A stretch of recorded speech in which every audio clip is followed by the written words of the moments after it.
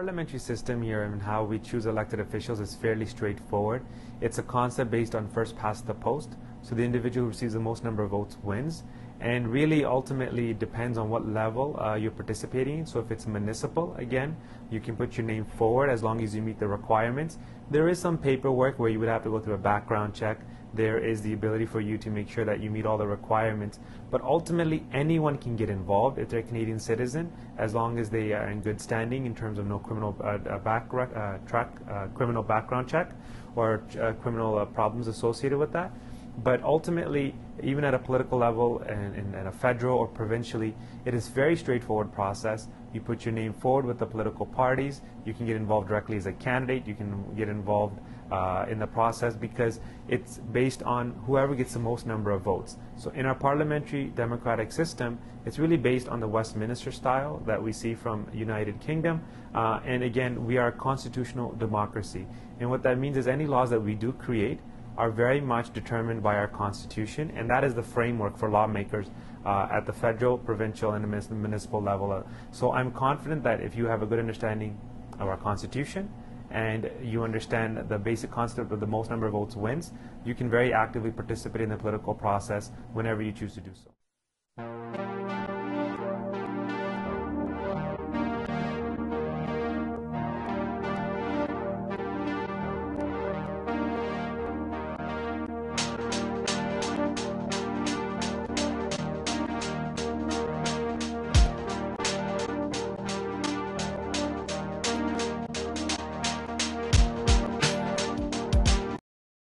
I think you raise a good point in terms of political parties and how they select their candidates. I was extremely fortunate in 2004 when I decided to contest a nomination that it was an open and fair and transparent nomination. But in many instances that's not the case, and that's very frustrating because there is a process where they vet candidates and there's a process where they select candidates. And those are legitimate challenges that people of diverse background face because they have difficulty of getting through that process. And so ultimately they never have a fair opportunity to really become a candidate for any political party. And I wholeheartedly believe that this is not only conducive to one political party, it's a problem across the board with all political parties, depending on the region, depending on the political party. So I think there's tremendous opportunities there where the democracy starts at a political level with the political parties. And if they truly open up their process and open up their nominations and make it fair and transparent and have people win based on their merit, people win based on the fact that they are the best candidate, that will ultimately, in my opinion, reflect better diversity. A lot of debate and discussion around at a political level because I think do we need to have targets set for number of women candidates, number of visible minorities? I think it's more important than simply setting targets. It's about creating those conditions where women and visible minorities, for example, have the opportunity to participate at a level playing field.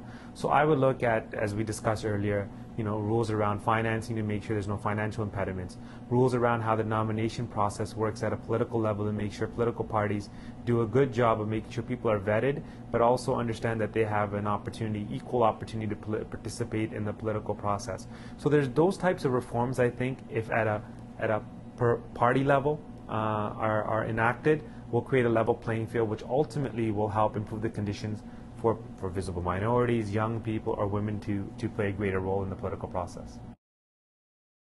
Having better representation at the municipal level is something that is fairly apparent. There's been a fair amount of documentation. Organizations have written about it.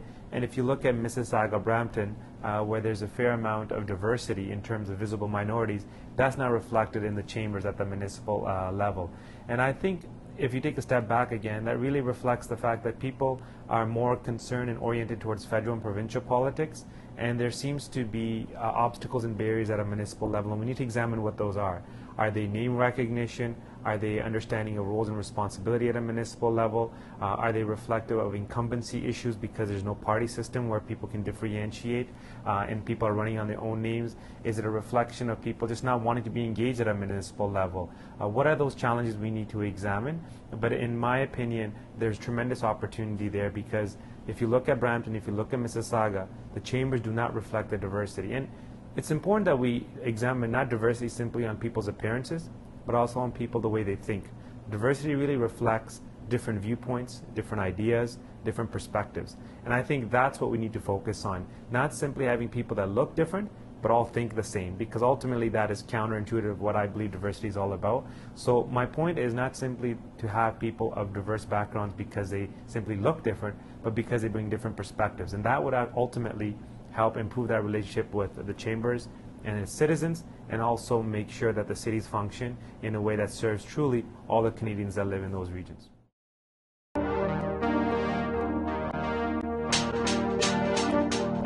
Engagement, if you take a step back, there's a big challenge here that we face in Canada. There's a fair amount of voter apathy, people aren't coming out and voting, and if you start to dissect that and look at various groups, if you look at young people between the ages of 18 to 24, voter turnout has been on a decline, and if you look at the definition of visible minorities, for example, there's a tremendously low voter turnout there as well. So these are important challenges, not only to address those specific areas and those specific groups, but how do we improve our democratic system overall, because a very small group of people are electing government officials. And so I think the challenge specifically, for example, say visible minorities or new Canadians, is that they need to make a concerted effort. So I think it's very important that they have a sense of belonging, they come in, they fully engage and integrate into the system. But the challenges they face, I feel, is when in my capacity as a parliamentarian, I noticed is that they're coming here just trying to just fit in. They're trying to find a job, they're trying to settle into a new culture, they're trying to, be able to contribute to society, and there's major challenges and obstacles surrounding that. So when they're so consumed and preoccupied with that, they spend very little time on civic engagement. They spend very little time being actively involved in the political process. So I think what we need to do is need to have programs that encourage people of diverse backgrounds to get involved in the political process. And if you look at it at a federal level, I would say there probably, if you look at it statistically, it is getting better. Provincially, a little bit more so. And I notice, at least on the municipal level, that's not the case. So I think all three level governments have a responsibility to engage new Canadians, to engage visible minorities. But I would say it's especially more apparent as a problem, as a challenge at a municipal level. Well, I think any individual that pursues political office has the objective and goal of winning. So when they do that, they cater very much their campaigns based on their local constituents and what the needs and concerns are. I think a good politician is one that can transcend those boundaries and not just cater to one community, but multiple communities, because diversity is a two-way street. If you want diversity, you want to make sure that diversity reflects all opinions, and you want to make sure that diversity reflects all the different viewpoints. And so as a politician, regardless of what your background is, regardless of what your religion is or where you come from in terms of your country of origin, from your parents or your grandparents or yourself, you have a responsibility to put forward a platform that is more inclusive and embracing of other communities. And I think that ultimately will help minorities succeed in political process, but also get away from the politics of just playing with one or two communities and creating a politics where a Canadian is a Canadian is a Canadian. I think the issue of engagement is critical, and there's so many different ways one can engage the community if you're interested in getting involved in politics. It's important to have a broad network, a diverse network. It's important to have people around you that give you good advice, people who have better perspective. No one has all the answers. No one understands the political process and understands policy fully well, organization, political parties.